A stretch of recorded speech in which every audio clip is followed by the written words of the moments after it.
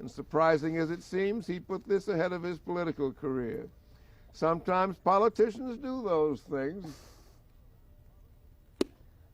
Do you think that's an accurate description of the way you felt? Oh, I don't. I knew what nobody could know as well as I did, that I was through with politics. Okay, go ahead.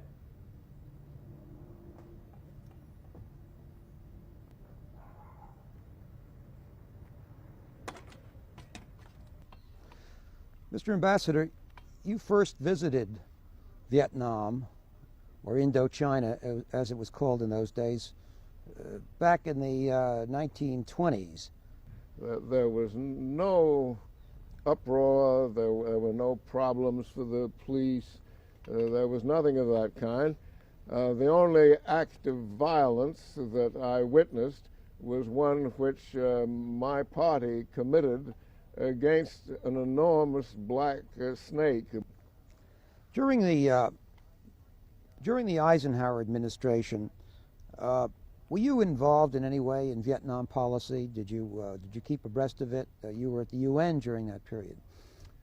Well, in my book, which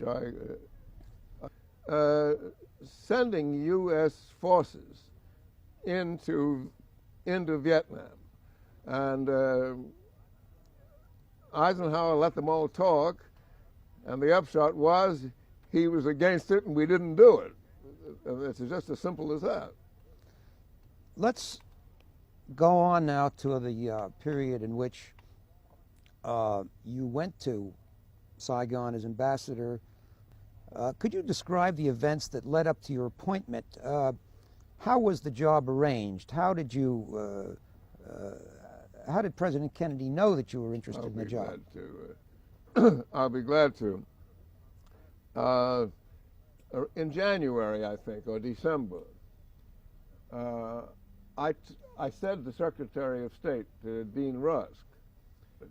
So I said this to Dean Rusk, and then I forgot all about it.